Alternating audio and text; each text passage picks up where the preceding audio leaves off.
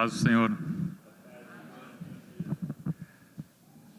Convido a todos para abrir as Bíblias no Salmo de 37. No livro de Salmos, número 37.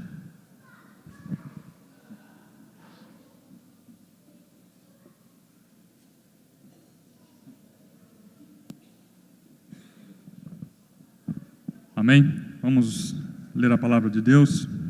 Salmos de número 37, diz assim: Não te indignes por causa dos malfeitores, nem tenhas inveja dos que praticam a iniquidade, pois eles dentro em breve definharão como a relva e murcharão como a erva verde. Confia no Senhor e faze o bem, habita na terra e alimenta-te da verdade. Agrada-te do Senhor e Ele satisfará os desejos do teu coração. Entrega o teu caminho ao Senhor, confia nele e o mais Ele fará. Fará sobressair a tua justiça como a luz e o teu direito como o sol ao meio-dia. Descansa no Senhor e espera nele. Não te irrites por causa do homem que prospera em seu caminho, por causa do que leva a cabo os seus maus desígnios. Deixa a ira, abandona o furor, não te impacientes, certamente isso acabará mal. Porque os malfeitores serão exterminados, mas os que esperam no Senhor possuirão a terra. Mais um pouco de tempo e já não existirá o ímpio, procurarás o seu lugar e não o acharás, mas os mansos herdarão a terra e se deleitarão na abundância de paz. Trama o ímpio contra o justo, e contra ele rige os dentes. Rir-se-á dele o Senhor, pois vê estar se aproximando o seu dia. Os ímpios arrancam da espada e distendem o arco para abater o pobre necessitado, para matar os que trilham o reto caminho. A sua espada, porém, lhes traspassará o próprio coração, e os seus arcos serão espedaçados. Mas vale o pouco do justo, que a abundância de muitos ímpios. Pois os braços dos ímpios serão quebrados, mas os justos o Senhor os sustém. O Senhor conhece os dias dos íntegros, a herança deles permanecerá para sempre. Não serão envergonhados nos dias do mal, e nos dias da fome se fartarão. Os ímpios, no entanto, perecerão, e os inimigos do Senhor serão como viço das pastagens. Serão aniquilados e se desfarão em fumaça. O ímpio pede emprestado e não paga. O justo, porém, se compadece e dá. Aqueles a quem o Senhor abençoa possuirão a terra, e serão exterminados aqueles a quem amaldiçoa. O Senhor firma os passos do homem bom, e no seu caminho se compraz. Se cair, não ficará prostrado, porque o Senhor o segura pela mão. Fui moço e já agora sou velho, porém jamais vi o justo desamparado, nem a sua descendência mendigar o pão. É sempre compassivo e empresta, e a sua descendência será uma bênção. Aparta-te do mal e faz o bem, e será perpétua a tua morada. Pois o Senhor ama a justiça e não desampara os seus santos. Serão preservados para sempre. Mas a descendência dos ímpios será exterminada. Os justos herdarão a terra e nela habitarão para sempre. A boca do justo profere a sabedoria e a sua língua fala o que é justo. No coração tem ele a lei do seu Deus. Os seus passos não vacilarão. O perverso espreita ao justo e procura tirar-lhe a vida, mas o Senhor não o deixará nas suas mãos, nem o condenará quando for julgado. Espera no Senhor, segue o seu caminho e ele te exaltará para possuires a terra. Presenciarás isso quando os ímpios forem exterminados. Vi um ímpio prepotente a expandir-se qual o cedro do Líbano. Passei e eis que desaparecera. Procurei-o e já não foi encontrado. Observa o homem íntegro e atenta no que é reto, porquanto o homem de paz terá posteridade. Contra os transgressores serão a uma destruídos. A descendência dos ímpios será exterminada. Vem do Senhor a salvação dos justos. Ele é a sua fortaleza no dia da tribulação. O Senhor os ajuda e os livra.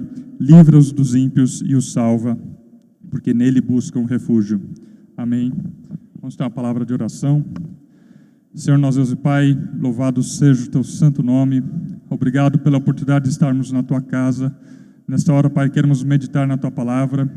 Queremos que, Pai, teu Santo Espírito possa trabalhar os nossos corações para que sejamos edificados, transformados, Pai, pelo poder sobrenatural da tua palavra, do teu Santo Espírito, Pai.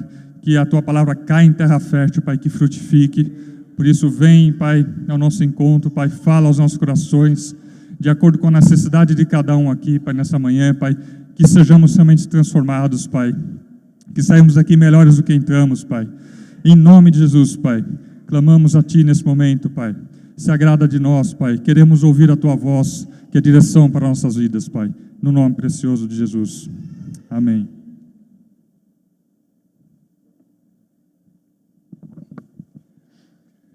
Nós vivemos num país bastante difícil e complicado, né? E às vezes eu me pergunto se o que a gente vive no país, né, no Brasil, as circunstâncias todas, é tanta injustiça, é tanta roubalheira, é tanta corrupção que a gente vê. Será que os outros países são como o nosso, né? Às vezes eu me pergunto, como é que seria viver em outro país? Esses dias eu li um livro chamado O Segredo da Dinamarca, que conta a história de uma jornalista inglesa que se mudou para a Dinamarca e ela investiga, o marido dela foi a trabalho lá e ela aproveitou para, era uma jornalista, investigar o porquê a Dinamarca era considerado o país com maior índice de pessoas felizes na Terra. As pessoas da Dinamarca são aquelas que se declaram mais felizes. Isso é uma estatística recorrente já. Então ela se dedicou a investigar isso. E aí ela descobre várias coisas. Algumas são bastante surreais para nós tupiniquins, né? O governo da Dinamarca tem saúde gratuita, de qualidade, educação gratuita. Mais que isso, se você entra na faculdade lá na Dinamarca, você recebe um salário para você estudar. Se você não está satisfeito com o seu emprego, você pode mudar de emprego, você tem 2 anos para isso, você recebe 90% do seu salário pago pelo governo por 2 anos, enquanto você procura uma outra coisa para fazer. E é um país, enfim, que tem uma série de atributos bem diferenciados, né? Aí, será que é por isso que eles são tão felizes, né? E aqui eu não vou espiritualizar nada, eu vou me ater ao que essa jornalista pôde concluir a partir das suas pesquisas todas no livro. E aí ela percebeu que a característica talvez mais importante, porque eles se acham tão bem, tão felizes, é porque eles confiam. Então eles confiam nos outros, eles confiam no governo. O imposto de renda ali, para quem ganha os maiores salários, é mais de 50% do salário. E eles pagam sem pestanejar. Eles confiam que o dinheiro vai ser bem trabalhado, que vai voltar em benfeitorias para a sociedade, em educação, em segurança, em saúde. E por que eles confiam tanto? Porque, no fundo, o pano de fundo principal desse país é que praticamente há uma ausência de corrupção. A cultura toda lá, todo o envolvimento, todas as relações se dão num nível de confiança altíssimo. As pessoas simplesmente confiam. Teve um caso que ela relata que a pessoa um dia ligou no banco e na sua conta não tinha mais dinheiro nenhum. E aí a pessoa foi entender o que tinha acontecido. O pai dessa pessoa um dia ligou para o banco e o banco ofereceu para esse pai dessa pessoa uma outra conta corrente com mais benefícios. E o pai aceitou. Aí o pai dele falou assim: olha, tem o meu filho, né, que tem conta aí também, você não muda a conta dele. Aí o gerente do banco mudou todo o dinheiro da conta do filho para uma outra conta, sem avisar, sem papel, sem formalização nenhuma. Porque as pessoas simplesmente confiam que elas vão fazer a coisa certa. É muito diferente da nossa realidade, né? Aqui eu lembro, a Alessandra uma vez foi no shopping, estava no fraudário lá, esqueceu a bolsa por 2 minutos. Quando ela voltou, já não tinha mais bolsa nenhuma. E nesse país eles confiam. Tem toda essa cultura de ausência de corrupção, bem diferente da nossa realidade, né? Por muitos anos, no meu trabalho, eu fui responsável pelo setor também de auditoria interna. E assim, talvez eu não fale nenhuma novidade, mas para alguns talvez seja. É impressionante a quantidade de pessoas, de funcionários dentro da empresa que desviam recursos da empresa. A fraude corporativa é assim um câncer generalizado. A pessoa tendo a mínima oportunidade, ela desvia recursos e se aproveita disso. E teve uma época que a gente estava pegando tantos casos, tantas fraudes, tantas pessoas desviando recursos, recebendo bola e adulterando documentação, ou fazendo quadrilhas internas para desviar recursos, que a gente falou, a gente precisa fazer alguma coisa diferente. Aí a gente foi atrás de algumas empresas especializadas em prevenção de perdas, em fraudes corporativas. Chegamos numa empresa que o dono dela era um ex-militar do Exército de Israel e estava prestando serviço para grandes empresas no Brasil. E a gente foi conversar com ele, a gente contratou até os serviços dele. E aí, na conversa, eu fiquei indignado, eu falei, não é possível, é só no Brasil que é assim. Eu comecei a indagar ele, por que é tanta gente que desvia recurso, tanta gente que você convive, você não acredita, você convive anos com a pessoa, você acha que aquela pessoa tem um caráter, tem uma postura, e a pessoa está roubando a empresa. E aí ele falou um dado muito interessante, ele falou, olha, na verdade o ser humano em qualquer lugar do mundo, ele tem uma característica, a população se distribui, aí quem não fugiu da escola vai lembrar, uma curva normal. Então você tem dois extremos na população, você tem um extremo de pessoas que é um grupo pequeno, que são honestos, haja o que houver. A pessoa pode ter a maior oportunidade do mundo, mas a pessoa ela nasceu com essa convicção, ela é honesta, ela não vai se desviar, não vai roubar a empresa. E você tem um outro grupo de pessoas que são os bandidos, os caras que são realmente, parece que tem uma genética do mal, que eles vão sempre desviar recursos, eles vão sempre criar um jeito de fazer a coisa errada, de se dar bem. E você tem no intervalo a grande massa da população, que na verdade essa massa ela vai agir para o bem ou para o mal, vai tender para um lado ou para o outro, conforme a circunstância, conforme mais controle ou menos controle, conforme mais punição ou menos punição. E aí você começa a entender um pouco a realidade brasileira. Uma realidade com muita impunidade, com ausência de controles, com essa cultura do jeitinho de se dar bem, de levar vantagem. E aí você percebe que essa estatística, na verdade, ela compreende aquela máxima que a ocasião faz o ladrão. E aí a gente olha para a realidade do Brasil e percebe essa absoluta gravidade que vivemos. É um país muito, muito complicado, que a gente chega a temer pelos nossos filhos, pelos nossos netos, em que país que eles vão viver, onde você praticamente é uma missão quase impossível você prosperar de forma honesta no país. Tudo tem um clientelismo político, tudo tem uma troca de favores, tudo passa por corrupção.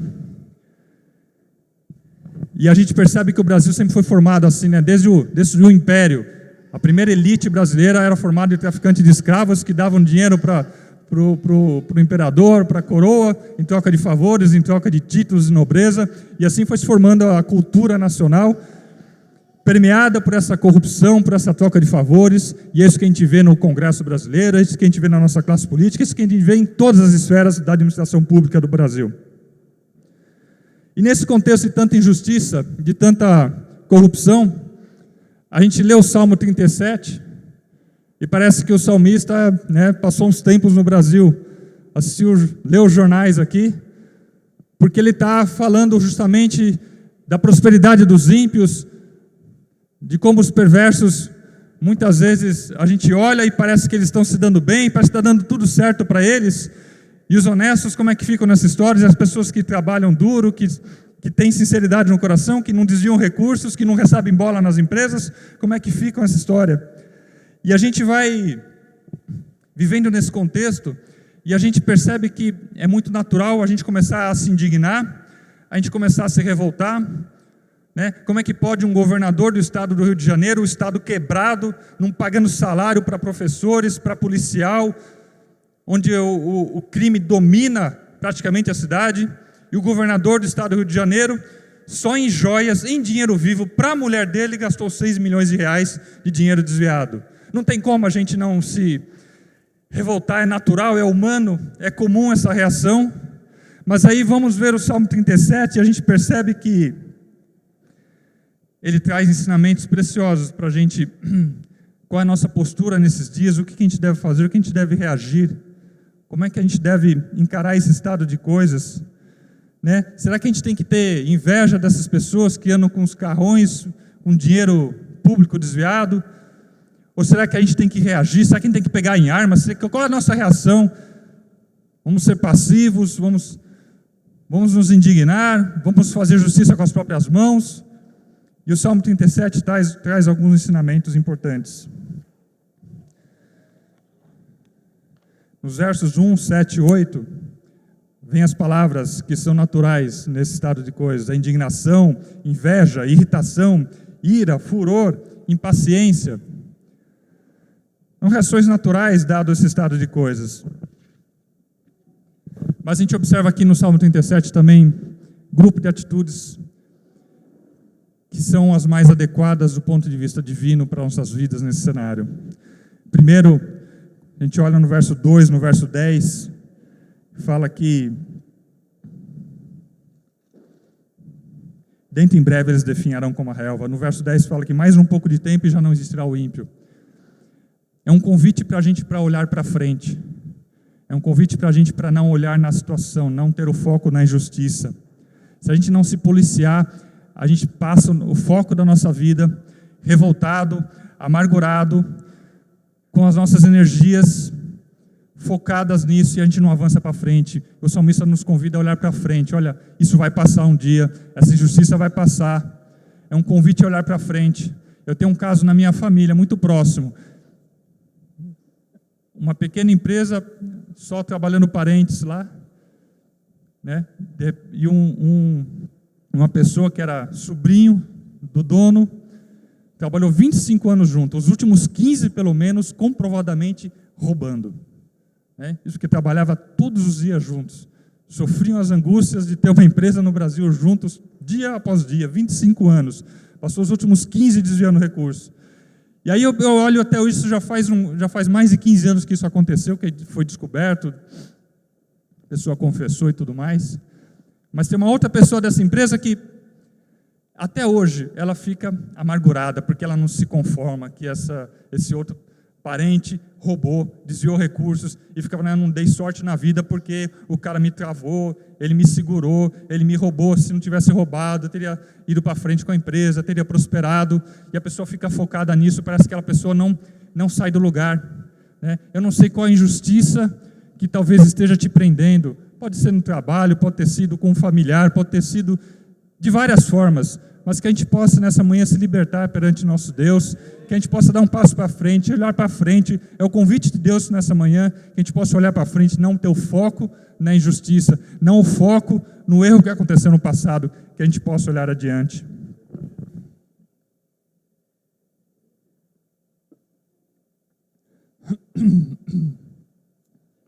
Filipenses 3, 13 e 14, tem um convite, né? Irmãos, não penso que eu mesmo já o tenha alcançado, mas uma coisa faço, esquecendo-me das coisas que ficaram para trás e avançando para as que estão adiante, prossigo para o alvo, a fim de ganhar o prêmio do chamado celestial de Deus em Cristo Jesus. Esquecendo das coisas que para trás ficam.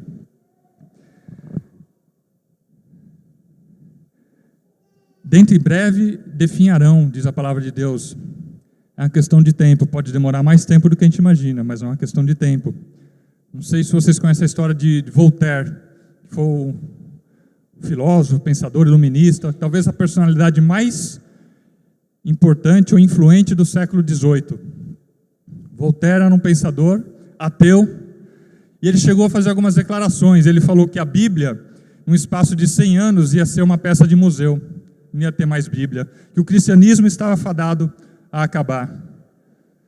Pois bem, depois de 100 anos, Voltaire já estava morto há muito tempo, e a casa, a residência onde ele morava, virou sede da Sociedade Bíblica Europeia, onde se fabricava e distribuía Bíblias na Europa.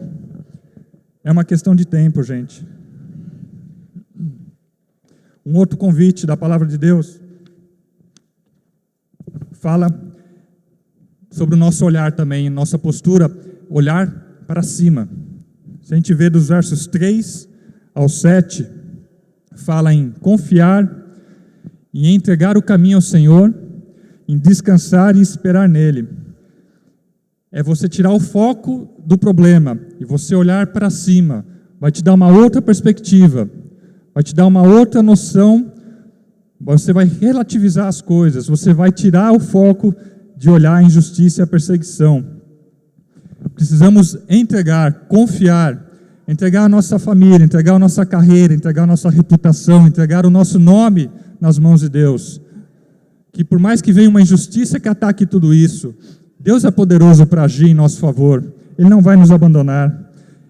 Entregar, olhar para cima e olhar para aquele único que não vai nos decepcionar.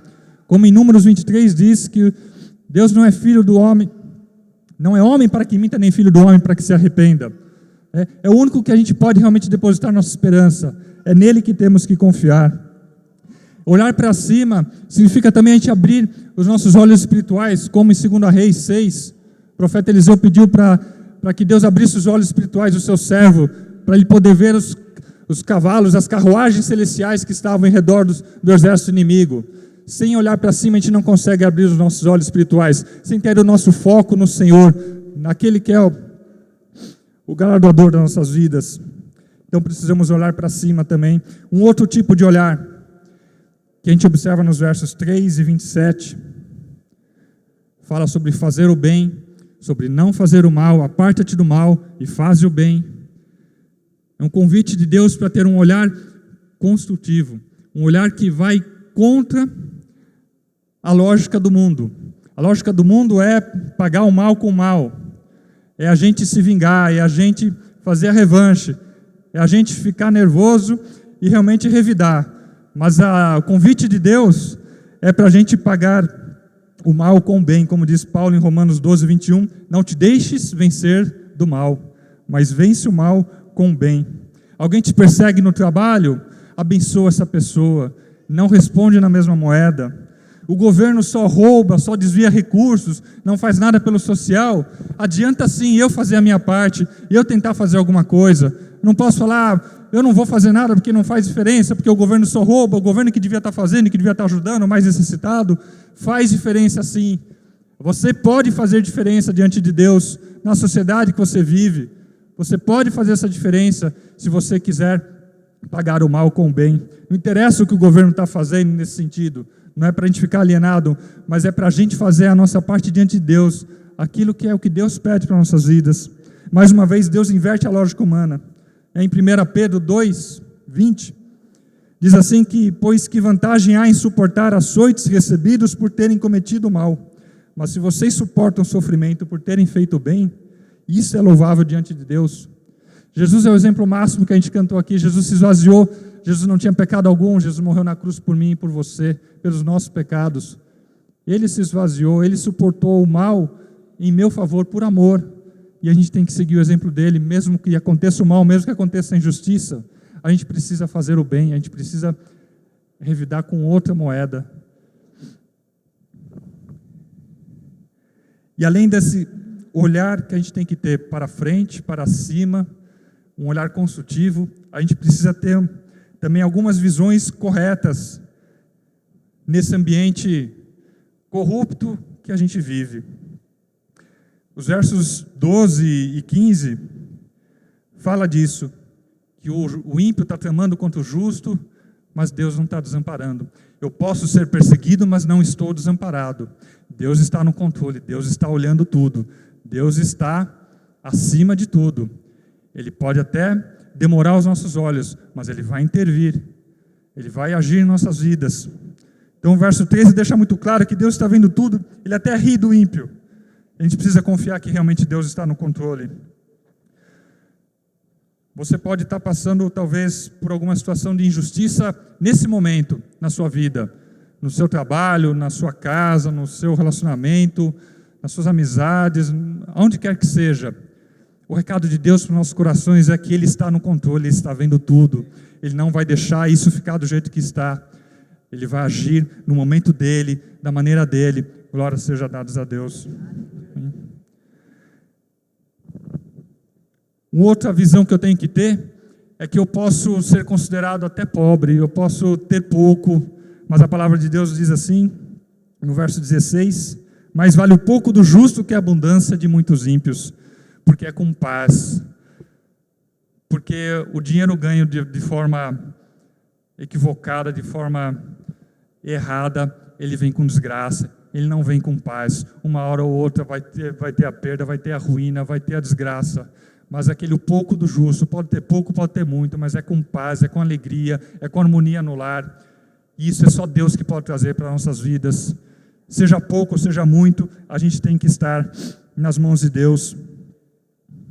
Às vezes a gente tem aquele sentimento, puxa, eu trabalho tanto, eu dou duro, eu sou honesto, eu estou vendo lá que o fulaninho da empresa está levando bola, está se dando bem, trocou de carro, né? Parece que a gente tem que sair desse olhar, a gente chega até a invejar isso, a gente tem que sair disso. Esse é o recado de Deus para nossas vidas. Atenha-se no caminho reto, olhe para Cristo, olhe para frente, tenha a percepção de que o que quer que você tenha, se é com honestidade, é diante de Deus, vai vir com paz na sua casa. Não adianta a gente querer ganhar o nosso pão de forma diferente, né? E aí vem no verso 25, vem a promessa de Deus, que jamais viu o justo desamparado, o salmista declara, ou a sua descendência mendigar o pão, né? Já fui moço e já sou velho, jamais vi o justo desamparado, é o que o salmista diz. Deus não vai deixar a gente desamparado. E a gente tem que ter também uma visão certa sobre o futuro seja na forma individual, né? Sobre o ímpio, sobre aquelas pessoas que estão praticando a maldade, a iniquidade, a injustiça, o desvio, o roubo. Deus vai cuidar. Pode até demorar um pouco, né?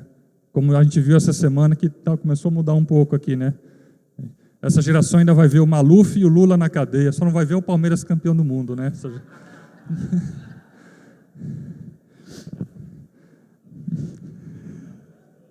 Percebeu, né?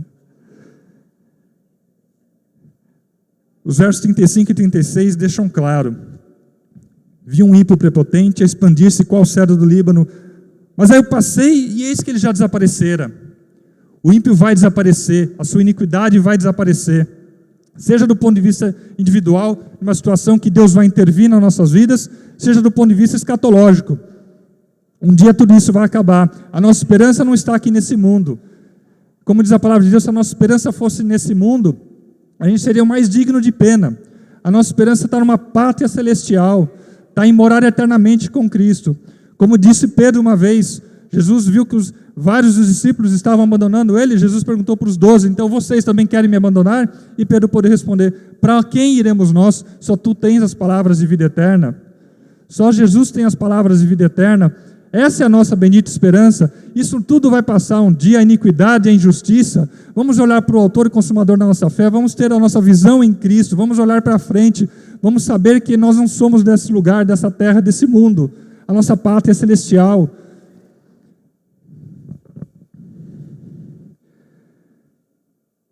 Como tem andado a minha mente, a sua mente, o nosso coração, em meio a tanta corrupção que a gente vê nesse país, em meio a tanta injustiça que a gente vê no nosso meio? Será que a gente está com o nosso olhar focado nisso? Ou estamos conseguindo olhar para frente, olhar para cima, responder o mal com o bem? Será que estamos tendo a visão correta de que não estamos abandonados por Deus? Que com pouco ou com muito a gente tem diante de Deus a nossa prosperidade em paz com Ele? A gente tem a certeza e a convicção de que o nosso fim será, Deus vai se agradar de nós, e o fim do ímpio será, ele vai desaparecer. A gente tem essa convicção nas nossas vidas.